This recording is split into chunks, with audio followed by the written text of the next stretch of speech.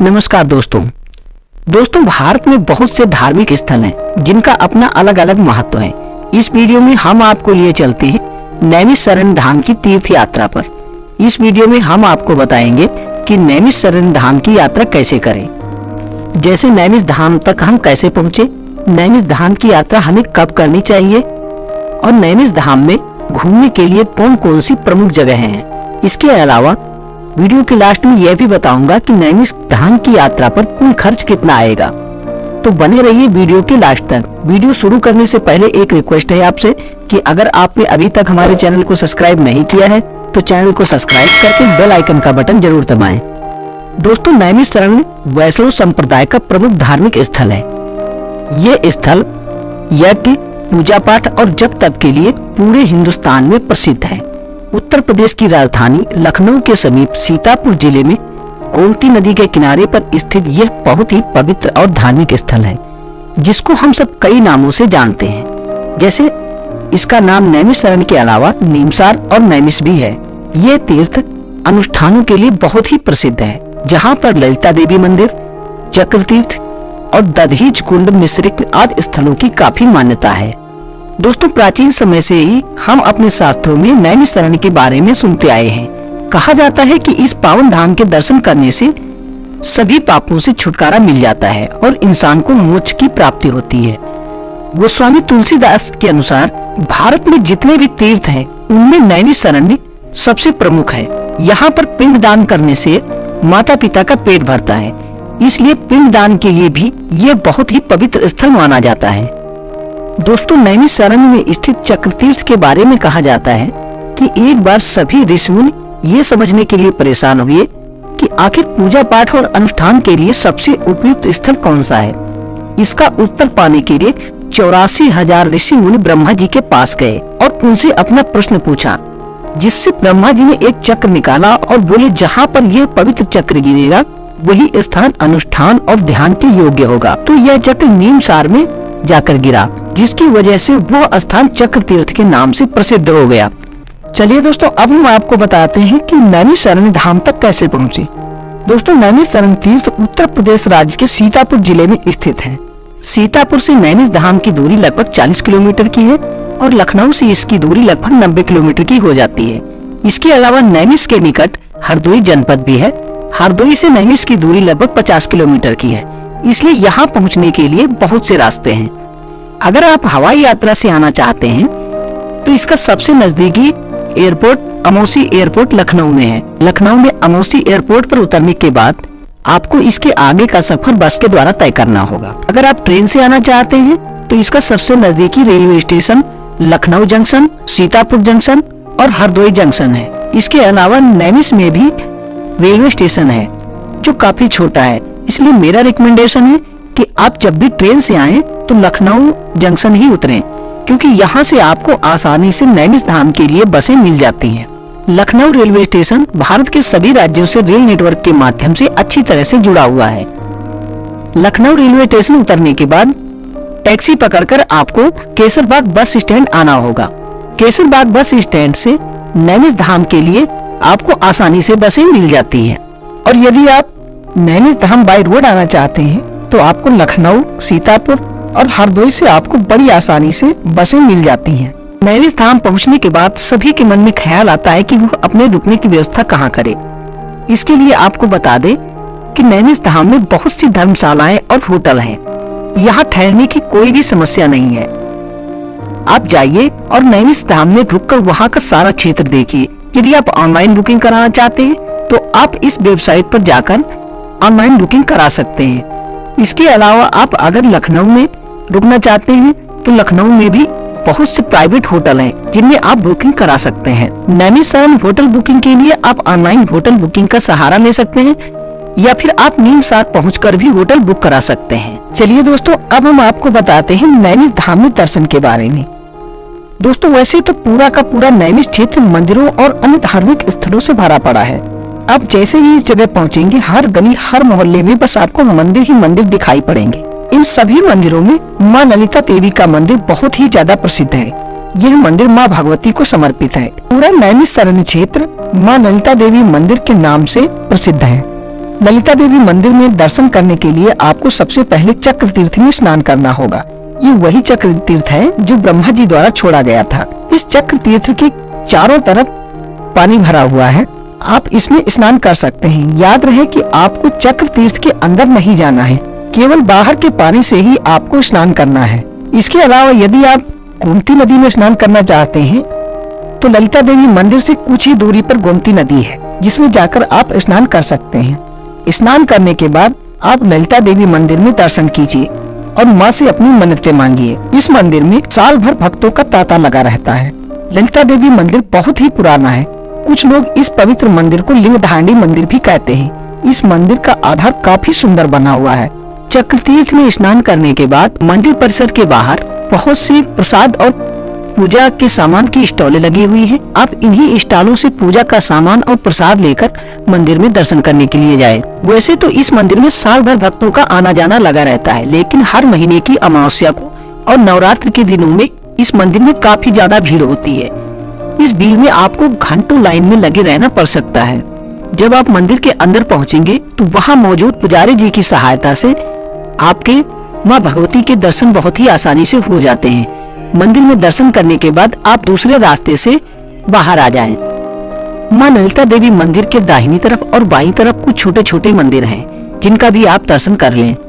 इन मंदिरों में दर्शन करने के बाद आप अपने निवास स्थान, होटल या धर्मशाला वापस आ जाएं।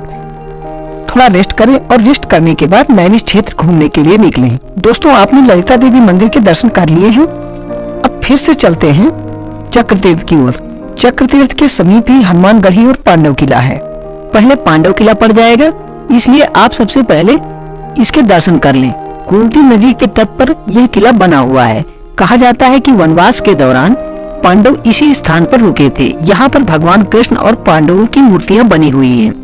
चलिए अब 2 कदम आगे जाते हैं और करते हैं दर्शन दक्षिण मुखी संकट मोचन हनुमान जी के। इस स्थान पर हनुमान जी की काफी विशाल मूर्ति बनी हुई है।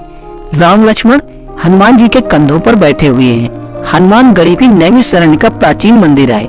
यहाँ पर भी बहुत भारी संख्या में श्रद्धालु आते हैं। दोस्तों, जब आप चक्र तीर्थ से हनुमानगढ़ी के रास्ते पर आओगे तो यदि आपके पास समय हो तो एक और मंदिर के दर्शन कर लीजिए, जिसका नाम है खाटू श्याम मंदिर। यह नैमिष का अत्यंत भव्य मंदिर है। इसकी सुंदरता देखते ही बनती है।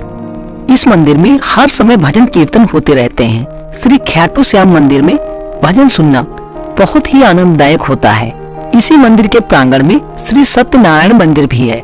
इन मंदिरों का निर्माण हनुमानगढ़ी संस्थान ने करवाया है। हनुमानगढ़ी और पांडव किले से थोड़ी दूर आगे बढ़ने पर पड़ता है श्री देव देवेश्वर धाम। श्री देव देवेश्वर धाम भगवान शंकर का अति प्राचीन मंदिर है। यह नैमिषारण्य के प्रमुख शिवालयों में से एक है। बिल्कुल शांत वातावरण में बना यह छोटा सा मंदिर अपने आस्था के चलते संपूर्ण भारत में जाना जाता है। इस मंदिर का वर्णन वायु पुराण में मिल जाता है। इस मंदिर के बाहर ही आपको प्रसाद, धतूरा, बेलपत्र आदि वस्तुएं मिल जाएंगी। आप यहाँ अवश्य जाएं और इस महान शिवलिंग के दर्शन करके खुद को धन्य बनाइए। जैसे ही आप थोड़ा और आगे बढ़ेंगे, एक और धाम पड़ता है बाबा भूतेश्वर धाम। ये एक और अति प्राचीन शिवलिंग है, जिसको भक्तगण बाबा भूतेश्वर के नाम से जानते हैं। मान्यताओं के अनुसार यह नैमिष के 33 करोड़ देवी देवताओं और 88,000 ऋषियों के रक्षक हैं। बाबा भूतेश्वर नाथ चक्र तीर्थ परिसर में बने इस प्राचीन बाबा भूतेश्वर नाथ महादेव मंदिर में सुबह और शाम को भव्य आरती का आयोजन होता है। यदि आप नैमिष की यात्रा पर गए हैं तो इस आरती में जरूर शामिल हो। थोड़ी दूर आगे बढ़ने पर एक और मंदिर पड़ता है, जिसका नाम है देवपुरी मंदिर। 108 हिंदू देवी देवताओं को यदि आप एक ही स्थल पर देखना चाहते हैं तो शायद इससे बढ़िया जगह और कोई नहीं होगी। देवपुरी में आप पाएंगे 108 देवी देवताओं की मूर्तियां। अद्भुत स्थल है यह। विशाल प्रांगण में फिर एक विशाल मंदिर। सच में एक ही मंदिर में इतने सारे भगवानों के दर्शन शायद ही कहीं हो पाएंगे। देवपुरी मंदिर के थोड़ा ही आगे श्री बांके रमन बिहारी चारधाम मंदिर है। इसके आगे जैसे ही थोड़ा आगे बढ़ेंगे तो पड़ेगी व्यास गद्दी। पौराणिक कथा के अनुसार वेद व्यास जी ने नैमिषारण्य के इस पावन स्थल पर पुराणों का निर्माण किया था और वेदों का विस्तार और विभाजन किया। इस तप स्थल पर एक वट का वृक्ष है। मान्यता है कि इसी वट वृक्ष के नीचे बैठकर वेद व्यास जी ने अपने शिष्यों को पुराण और वेदों का ज्ञान दिया था। इसी के पास है सूत गद्दी। यह पौराणिक स्थल नैमिष में एक टीले पर बना हुआ है। यहाँ पर महर्षि सूत जी महाराज 88,000 ऋषियों को पुराणों और शास्त्रों का ज्ञान देते थे। तभी से यह जगह सूत गद्दी के नाम से जानी जाती है।